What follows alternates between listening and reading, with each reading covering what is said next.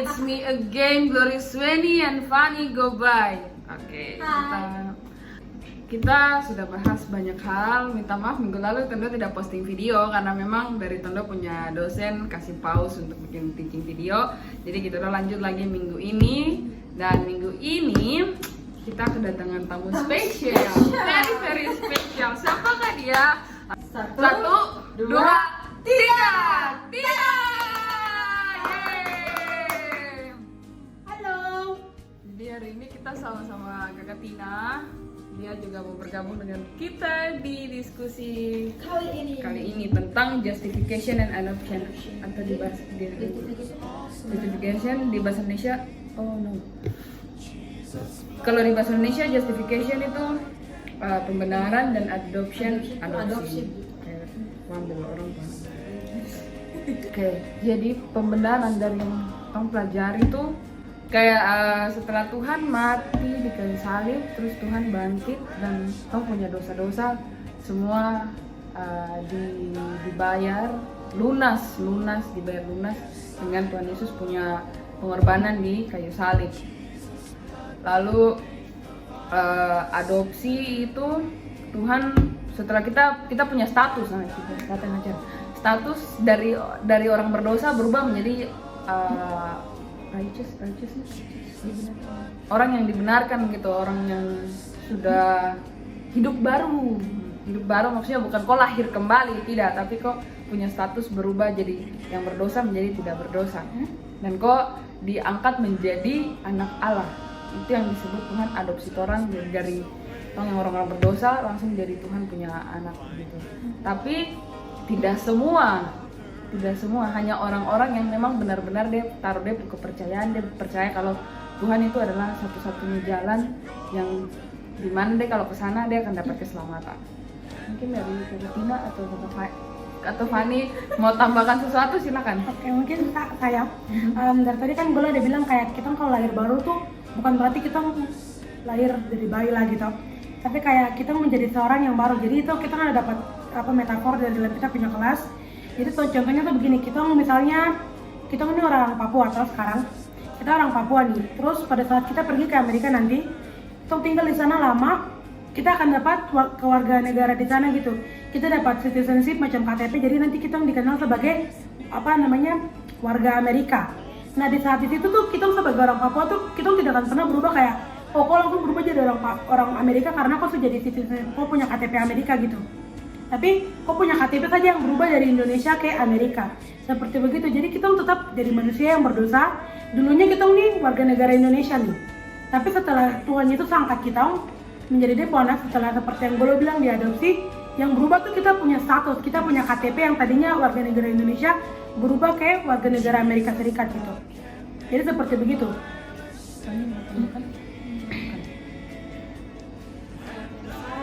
Kayak tadi bilang sudah, terus kita tuh ini dibenarkan tuh bukan karena kita berbuat sesuatu gitu. Jadi kayak macam kita tuh Kristen tuh bukan sekedar agama saja gitu, tapi kita tuh beda kayak gitu. Jadi Kristen tuh tentang tentang Yesus, bukan tentang hanya sekedar agama gitu. Jadi yang membedakan kita dengan agama-agama lain itu adalah Yesus sendiri gitu. Jadi kalau macam agama-agama lain, dong bilang kalau macam dong ke surga tuh dong harus melakukan perbuatan-perbuatan baik baru bisa diselamatkan atau tidak bisa ke surga begitu. Jadi makanya kenapa dong sangat kejar sekali untuk kayak buat hal-hal baik, kayak macam dong bikin amal lah dan segala macam gitu. Tapi kalau kita tuh beda begitu. Jadi kayak macam kita tuh dibenarkan tuh karena kita punya iman gitu, iman yang kita taruh ke Tuhan gitu. Jadi bukan karena kita harus buat baik supaya bisa masuk surga. Itu tidak, karena Tuhan Yesus mati dan sekarang dia mau untuk kita bagaimana kita taruh kita punya iman tuh hanya pada Yesus saja gitu. Jadi kalau teman-teman kan bisa buka di Efesus 2 ayat 8 sama 9. Jadi itu kayak kita tuh dibenarkan tuh karena iman, bukan karena kita punya hasil kerja keras atau kita punya perbuatan selama kita ada di bumi. Nah jadi karena iman itu, dan itu Tuhan Yesus lihat tuh sebagai respon gitu. Dan maksudnya kita juga tahu kalau macam kita bisa terima Yesus tuh karena pekerjaan Roh Kudus juga gitu. Jadi kayak Roh Kudus dia bicara ke kita, jadi makanya kita bisa terima Yesus begitu. Jadi saat kita terima Yesus, kita percaya sama Yesus, itu kayak macam Tuhan anggap itu sebagai kita merespon gitu. Kalau kita benar-benar mau terima Yesus, dan itu tuh kayak macam jadi sesuatu kayak hasilnya tuh kayak macam hadiah gitu. Jadi kayak macam Tuhan kayak kita dibenarkan gitu. Jadi seperti itu. Terus kalau adoption tuh kayak gimana? Adoption. Kalau adoption tuh kayak macam kalau macam biasa kan nonton di film-film tuh. Bisa di Indosiar kayak gitu-gitu. Yang nanti biasanya anak-anak yang belum di panti asuhan, terus nanti ada orang tua datang baru angkat dong jadi numpu anak. Itu kayak gitu sudah. Jadi kayak macam kita juga tuh begitu. Jadi waktu dulu yang kita berdosa itu kayak kita macam apa namanya ini terikat dengan maut gitu. Jadi kayak kita tinggal di dalam maut, secara istilahnya tuh begitu, tinggal dalam maut. Tapi setelah Yesus mati di kayu salib, jadi kan dia menang, dia kalahkan maut, jadi dia menang. Habis itu kita tuh kayak kita diambil gitu kan, dia menang, jadi dia ambil kita karena kita tuh dia pemilik, dia mati dan dia bayar kita. Jadi makanya dia ambil kita karena kita dia pemilik. Jadi dia ambil kita dari yang itu, yang dari maut itu, dia kasih pindah ke dalam hidup yang kekal. Jadi adopsi itu kayak macam kita berpindah tempat gitu. Jadi dari kematian kepada kehidupan yang kekal. Dan kita status juga tuh berubah. Jadi kayak tadi Boros bilang kita sekarang menjadi anak angkat. Jadi gitu. Kita mau baca ayat yang tadi Fanny mention, sebab karena kasih karunia kamu diselamatkan oleh iman. Itu bukan hasil usahamu tetapi pemberian Allah. Itu bukan hasil pekerjaanmu. Jangan ada orang yang memegahkan diri. Jadi kalau tong sudah dibenarkan tuh, tong dibenarkannya bukan karena tong usaha sendiri. Ada senang yang di bagian yang tong punya itu, dimana waktu manusia jatuh dalam dosa dan tidak bisa selamatkan dong diri. Terus ada metafor dimana waktu di manusia tuh dia punya kaki, ada orang satu dia jalan di lumpur isap. Dan dia kalau sekali bergerak itu dia tidak akan, maksudnya dia bukan keluar tapi dia malah tambah diisap, tambah ke dalam begitu. Jadi manusia tidak bisa selamatkan dong diri sendiri, hanya Tuhan saja yang bisa selamatkan orang, dan itu Tuhan sudah lakukan beribu-ribu tahun yang lalu untuk suatu kapan. Jadi jangan sombong ketika kau sudah dibenarkan, tapi kau harus terus put your faith in God. Taruh kau iman, taruh kau pekerjaan hanya kepada Tuhan. Ya, terus kan kita bilang kayak satu-satunya yang selamatkan kita itu Tuhan Yesus. Mungkin kan kayak kita kadang berpikir kayak kenapa harus Tuhan Yesus gitu. Itu tuh teman-teman nanti bisa baca di Roma 3 ayat 9 sampai 12. Itu tuh pokoknya di ayat 10 tuh katanya begini, ada tertulis kayak tidak ada orang yang benar, tidak ada satupun yang benar kecuali Tuhan Yesus. Gitu. Ini there is no one who understands. Ya baca ya. Seperti dia punya inti ada di Roma 3 ayat 10. Seperti ada tertulis tidak ada yang benar seorang pun tidak kecuali Tuhan Yesus yang benar gitu. Maka dari itu hanya Tuhan Yesus yang bisa selamatkan orang, dan hanya dia jalan satu-satunya yang kalau tong mau ke Bapa tong hanya bisa melalui dia. Di guys minta maaf tong lupa deh Pak.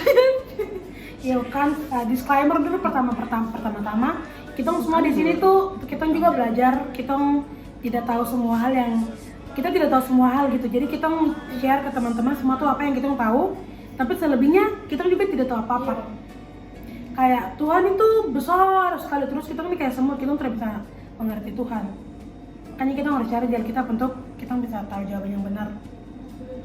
14 ayat 6. Itu ada di Yohanes 14 ayat 6, kata Yesus kepadanya, akulah jalan dan kebenaran dan hidup. Tidak ada seorang pun yang datang kepada Bapa kalau tidak melalui aku. Akunya A di sini besar. Seperti itu guys. Ada lagi yang dikatakan? Tidak ada. Ya, terus seperti yang tadi Golodang juga bilang kalau ini keselamatan tuh bukan kita ngambil sendiri tapi itu dari Tuhan. Itu seperti ada di Roma 6 ayat 23. Upah dosa ialah maut, tetapi karena Tuhan sayang sama kita sekali, makanya Dia berikan Tuhan Yesus untuk kita, untuk memberikan kita hidup kekal gitu. Jadi kayak karena sayang sama kita, makanya Dia kasih kita Tuhan Yesus untuk selamatkan kita. Itu di Roma 6 ayat 23. Waktu itu kita belajar dalam kelas, terus Jordan dia bilang begini, setan itu kita akan membuat segala sesuatu hal itu kayak benar gitu. Kayak semua tuh nanti akan kayak benar pada saat kita melihat ke depan kayak, bah ini kayaknya setan punya kah Tuhan punya nih. Tapi ada satu kuncinya. Setan dia akan lupa gitu kunci terpenting dari masalah itu. Jadi dia akan lupa barang paling penting. Dia akan membuat semuanya kayak bagus, jalannya rata, tapi dia akan lupa hal paling penting. Jadi saat kita menghadapi sesuatu tuh kita harus berdoa sama Tuhan untuk kayak mengerti gitu ini dari setan atau dari Tuhan Yesus. Sini pasal 4 ayat 12 coba. Kita perlu 4 ayat 12. 4 ayat 12. Oke. Dan keselamatan itu tidak ada dalam siapapun juga selain di dalam Dia, yaitu Tuhan Yesus Kristus. Sebab di bawah kolong langit ini tidak ada nama lain yang diberikan kepada manusia yang olehnya kita dapat diselamatkan. Jadi hanya Dia, hanya Tuhan Yesus yang dapat menyelamatkan kita. So yeah, believe in that. Alright guys, that all about Tong punya penjelasan. Semoga kamu dapat hal baru, kamu bisa belajar. Kalau kamu tanya silakan kamu komen di bawah. Penutupan. Karena kakak Tina Tong tamu spesial, jadi dia harus Oke. close us like don't forget to. Oke. Itu makanya itu bro. Oke guys, thank you so much for watching this video. Don't forget to subscribe, like, dan komen. Kalau kamu ada pertanyaan bisa komen aja di bawah. Kalau macam kita bisa jawab, nanti gue jawab. Di share juga guys video ini. Thank you. See you on the next video. Bye. To the